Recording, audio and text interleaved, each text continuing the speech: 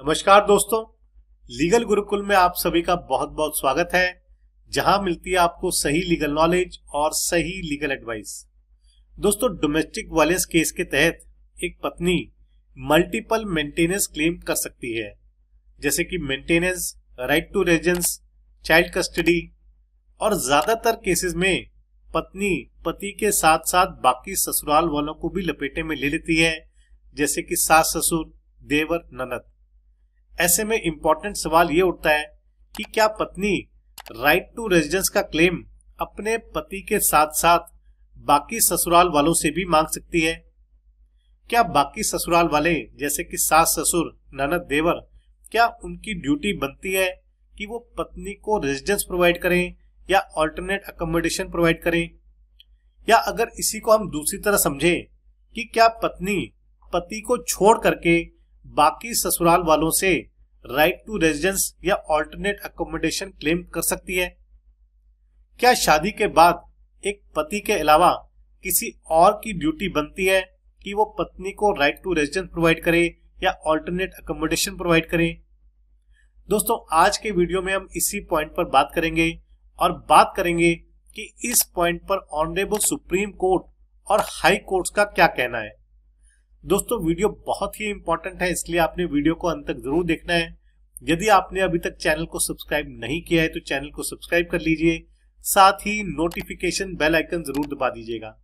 यदि आपकी कोई लीगल समस्या है, लीगल प्रॉब्लम है, तो वो भी आप मुझे भेज सकते हैं। यदि आप अर्जेंटली मुझसे बात करना चाहते हैं, अपने मैटर को डिस्कस करना चाहते हैं, तो आप कॉल मी फॉर ऐप का इस्तेमाल कर सकते हैं या ईमेल से भी मुझसे 1-to-1 सेशन की अपॉइंटमेंट ले सकते हैं।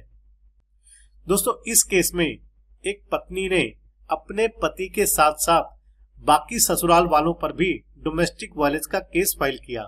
बाकी ससुराल वालों में सास ससुर, ब्रदर इन लॉ और सिस्टर इन लॉ भी शामिल थे। दोस्तों, पत्नी ने ससुराल वालों से राइट टू रेजिडेंस क्लेम किया और अल्टरनेट अकोमोडेशन की डिमांड करी, यानी कि उसे रहने के लिए रेजिडेंस प्रोवाइड किया जाए, अल्टरनेट अकोमोडेशन प्रोवाइड की जाए, ऐसा उसने अपनी पिटीशन में मेंशन किया।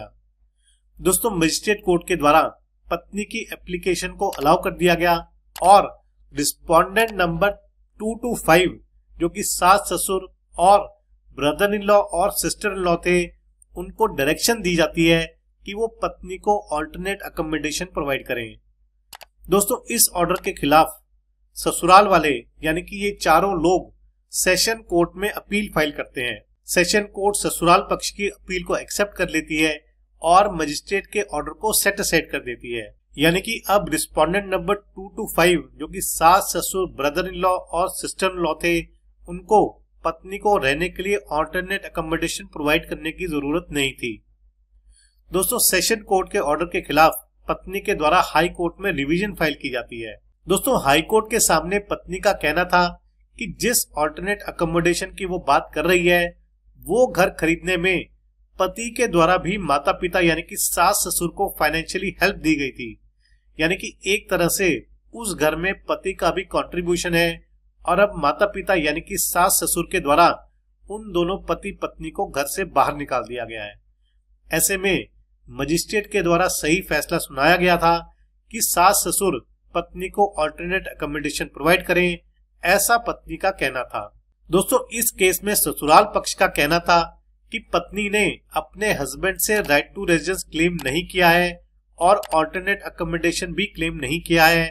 ऐसे में हस्बैंड के अलावा किसी की भी ड्यूटी नहीं बनती है कि वो पत्नी को रेजिडेंस प्रोवाइड करे या अल्टरनेट अकोमोडेशन प्रोवाइड करे। दोस्तों, हाई कोर्ट ने पत्नी और ससुराल पक्ष की बहस सुनने के बाद अपना निर्णय सुनाया। दोस्तों, हाई कोर्ट ने ऑब्जर्व किया कि मौजूदा revision petition father in law, mother in law, brother in law और सिस्टर इन लॉ के खिलाफ ही फाइल की गई थी। ऐसे में ये एडमिटेड फैक्ट था कि पत्नी ने पति के खिलाफ पिटीशन फाइल नहीं की थी और पति से राइट टू रेजिडेंस क्लेम नहीं किया था, ना ही अल्टरनेट अकोमोडेशन क्लेम किया था। दोस्तों, हाई कोर्ट के द्वारा ऑनरेबल सुप्रीम कोर्ट की एक लैंडमार्क जजमेंट को रेफर किया गया, जो कि एसआर बत्रा जजमेंट के नाम से मशहूर है। इसमें ऑनरेबल सुप्रीम कोर्ट ने इस पॉइंट को स्पेसिफिकली मेंशन किया था और क्लियर किया था कि पत्नी अल्टरनेट अकोमोडेशन का क्लेम केवल और केवल पति के अगेंस्ट फाइल कर सकती है, ना कि बाकी ससुराल वालों के अगेंस्ट। यानी कि राइट टू रेजिडेंस या ऑल्टरनेट अकोमोडेशन देने की जिम्मेदारी केवल पति की होगी।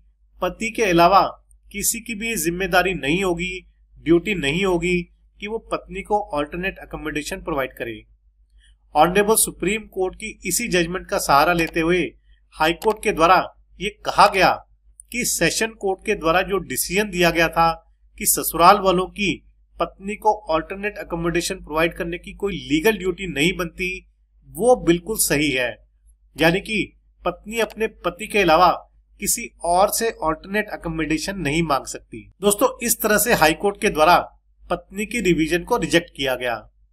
दोस्तों, अगर आपकी पत्नी ने भी आपके साथ साथ आपके माता पिता या अन्य ससुराल के लोगों को डोमेस्टिक वायलेंस केस में पार्टी बना दिया है और पत्नी बाकी ससुराल वालों से भी राइट टू रेजिडेंस क्लेम कर रही है, ऑल्टरनेट अकोमोडेशन की डिमांड कर रही है, तो ऐसे में आप इस जजमेंट का उपयोग कर सकते हैं, पत्नी के इस क्लेम को खारिज करवा सकते हैं, खत्म करवा सकते हैं।